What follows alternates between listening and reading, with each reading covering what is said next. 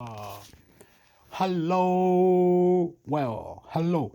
Look, I'm listening to these stupid things, right? And I didn't think it was like this. Now, the saying, it says, US test hypersonic missile 5 times faster than speed of sound. Okay? I just like to say something. Are we for the good or are we for the anger, fight, or destroy or whatever? Because we want to know where God is. We want to know where the aliens are helping or not, or who is God, and where is heaven. Can we colonize other planets? Can we colonize other planets? Why do we have to test hypo? You when I hear it, here you go. I'll give you a test drive. I don't know how this works, but it's stupid ridiculous. Anyway, you can hear it. I don't want to show you that video because maybe copyright or something. But are we for the good, or are we just going to say, oh, when we go to Iraq, we need more weapons. When we go to Russia war with Ukraine, we need more weapons. So create more weapons.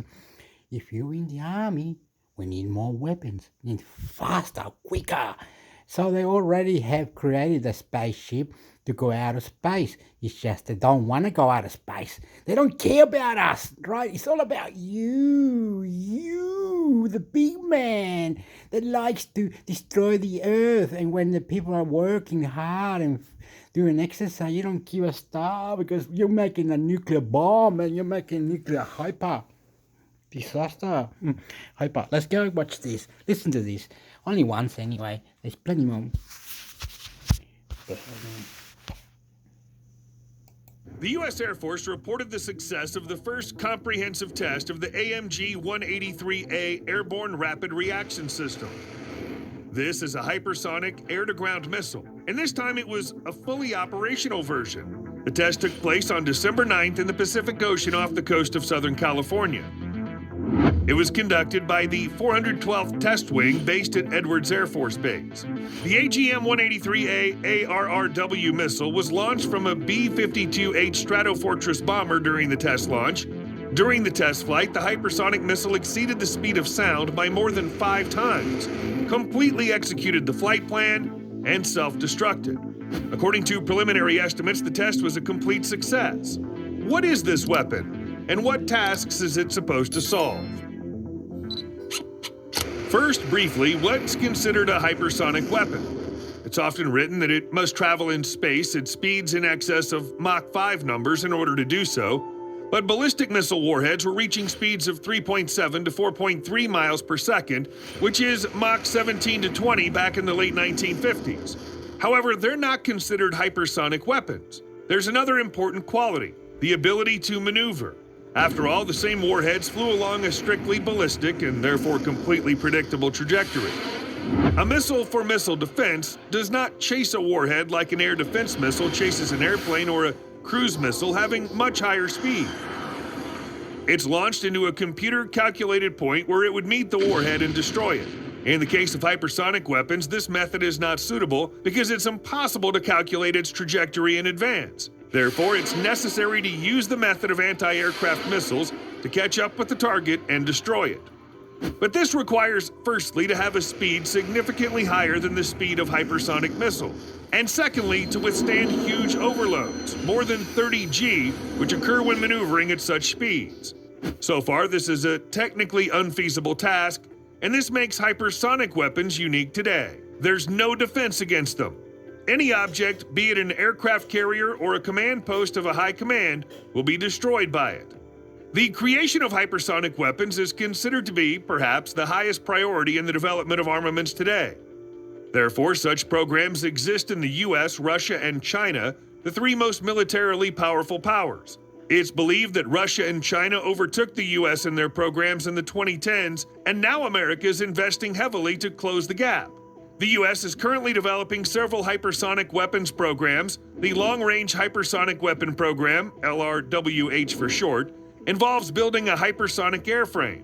It's being developed by Lockheed Martin for the U.S. Army and Navy. A series of test launches are planned for the end of 2023. Another project being developed by the Pentagon's Office of Advanced Research Projects is called the Hypersonic Air-Breathing Weapon Concept, abbreviated HAWC.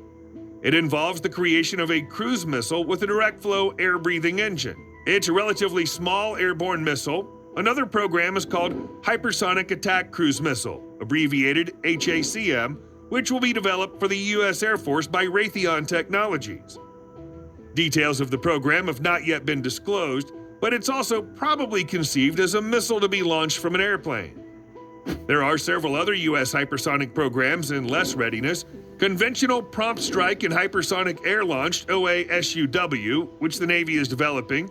Tactical Boost Glide and Operational Fires are being developed by the Pentagon's Office of Advanced Research Projects. Russia is developing 3 hypersonic weapons programs. Among them are the Avangard Strategic Targeting Munition, which is launched by an intercontinental ballistic missile, the Zircon sea-based missile, and the air-based missile Kinzhal. Russia declared all 3 complexes ready and even entered service. The Kinzhal has been used twice in combat operations in Ukraine. In particular, the Russians said that it was used to destroy the Tachka-U ballistic missile depot, which was located on the site of a nuclear warhead storage facility that was built during Soviet times near Ivano-Frankivsk, in the rock formations of the Carpathian Mountains. In other words, it's a maximally protected facility, including against nuclear strikes. China also has programs to create hypersonic weapons, among which the most notable is the DF-17. It's known that this is a gliding munition which is accelerated by a solid propellant missile.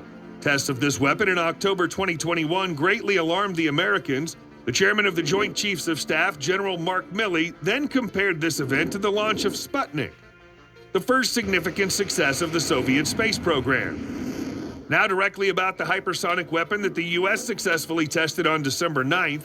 This is the AGM-183 ARRW Operational Tactical Range Missile. The acronym ARRW stands for Air-Launched Rapid Response Weapon.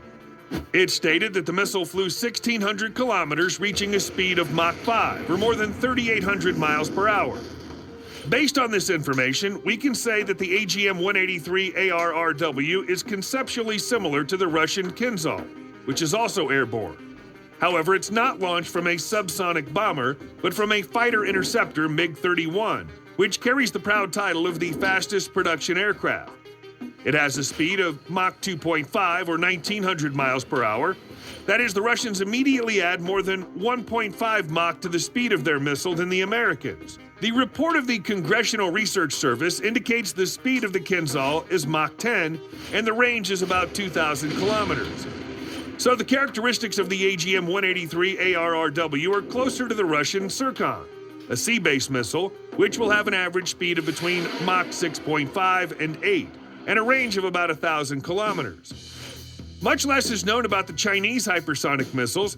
The Americans estimate their range at about 1,000 to 1,500 miles. As we can see, judging by the information that we have, the Americans have not yet reached the level of the best Russian design, both in range and, most importantly, in speed. Incidentally, the huge speeds give the hypersonic weapons another advantage over subsonic and supersonic weapons, in addition to their practical invulnerability.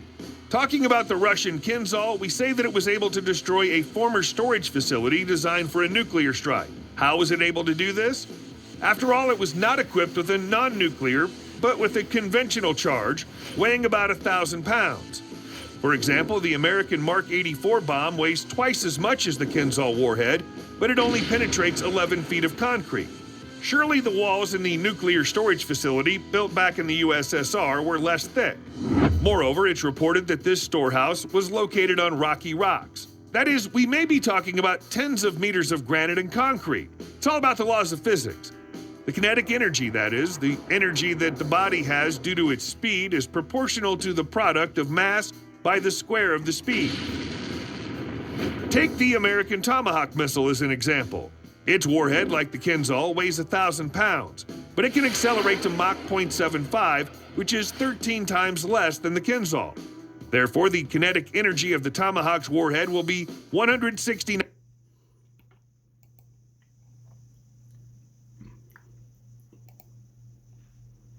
The United States' most secretive and fantastic airplanes. They could be mistaken for UFOs.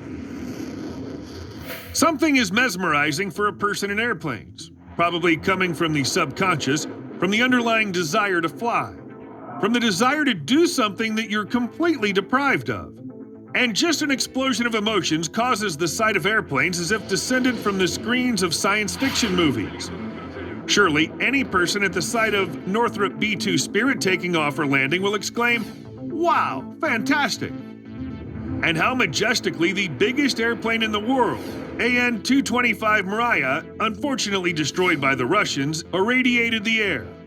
But if you think that B-2 Spirit, AN-225 Mriya, or F-22 Raptor are the pinnacle of aircraft construction, and that there's nothing more fantastic yet, you're wrong. In this video, we'll tell you about 3 of the most secret and most fantastic US airplanes, more like UFOs that almost no one has seen on Earth yet. In November 2014, residents on the east coast of the US and southern parts of the UK were shocked by eerie sounds in the sky. They resembled a series of explosions or gunshots. Later on the internet appeared a recording of these sounds, which was made by a resident of London on her phone. Reliable reasons for the strange noise have not yet been proven, so there are many versions and statements about such an unusual phenomenon. One of them is the testing of the American top-secret super reconnaissance aircraft from the Aurora project. American authorities assure that such an airplane has never been created, but there are dozens of facts and evidence of meeting with it. It's known that the secret triangle-shaped aircraft can take off at an altitude of 17 miles, as well as fly at an impressive speed of more than 4,300 miles per hour. We're talking about one of the most classified prototypes called TR-3B Black Manta. Journalists claim that it's a continuation of the legendary SR-71 Blackbird reconnaissance aircraft. Created in 1964, the Blackbird at that time had fantastic characteristics, a speed of 2,200 miles per hour and a maximum climb altitude of 16 miles. The U.S. successfully used the device during combat operations in Vietnam, and there it demonstrated amazing results. In general, the SR-71 was the only aircraft that the Vietnamese failed to hit. But in 1998, the thrushes were withdrawn from service, and at the time there was no replacement for them. For more than 50 years of operation of the airplane, it was not possible to create a more advanced model for reconnaissance purposes with supersonic flight speed. Aviation enthusiasts do not believe that no replacement has been created and are ready to dig the ground to find any evidence of the existence of a completely new airplane. And they've even managed to achieve some success. For example, a careful study of the U.S. budget determined that a total of $2 to $3 billion was spent on a mysterious Project Aurora until the early 90s. And already in the early 90s began to appear everywhere stories about meeting with UFOs. And it would be possible not to give these stories of special importance if not for one interesting point. UFOs met only in the US and Britain. All objects resembled a black triangle and also left an unusual inversion trail in the air. Witnesses noted that this trace was not a straight line but round exhaust, like donuts on a string. Also, the media appeared in the combat characteristics of the device, and they're fantastic. The speed of flight is 6 times the speed of sound, and the height reaches 24 miles. At the moment, there's not a single air defense system on the planet which could eliminate this device. In February 1988, the Chinese magazine Gung Ho shared the first open investigation about the Aurora. It reported that the Americans were building a supersonic vehicle for reconnaissance purposes, capable of flying at Mach 7 and climbing to an altitude of 47 miles. It can carry 3 crew members inside and uses methane as fuel. In March 2006, investigative journalist Nick Cook shared an image of an inversion trail stretching from Nevada across the Atlantic Ocean. However, the aircraft that left the trail was not recorded. Soon, sensors from a geological organization in Southern California recorded a series of sonic booms with the source of the sound located high in the sky, not underground. The geoservice notes were studied by a former NASA employee who concluded that a sonic boom of such impressive power was left by an airplane flying at supersonic speed at an altitude of 17 miles. There were also media reports that the mysterious TR-3B Black Manta airplane used anti-gravity technology. Seems like the ultimate sci-fi. But even in Hitler's Germany, along with projects of atomic bombs and ballistic missiles, anti-gravity developments were underway. And maybe the Americans in 1945 captured not only Werner von Braun and Arthur Rudolph, who created the first American long-range ballistic missile, but also some other scientists. An ion engine is used as the basis for the anti-gravity unit. Either mercury or an inert gas is used as the propellant. The fuel ends up in an ionizer, where it's bombarded by electrons with high energy capacity and broken into positive and negative ions. Under the influence of the electrostatic field, they're accelerated to hypersonic speeds. If in a classical rocket engine, the speed of ions reaches 2.8 ms, in an ion engine, up to 130 ms. Now, time to tell you some shit or something. Okay. They have and what I'm gonna say, you're going to get. I was drinking my coffee. This is going for an hour.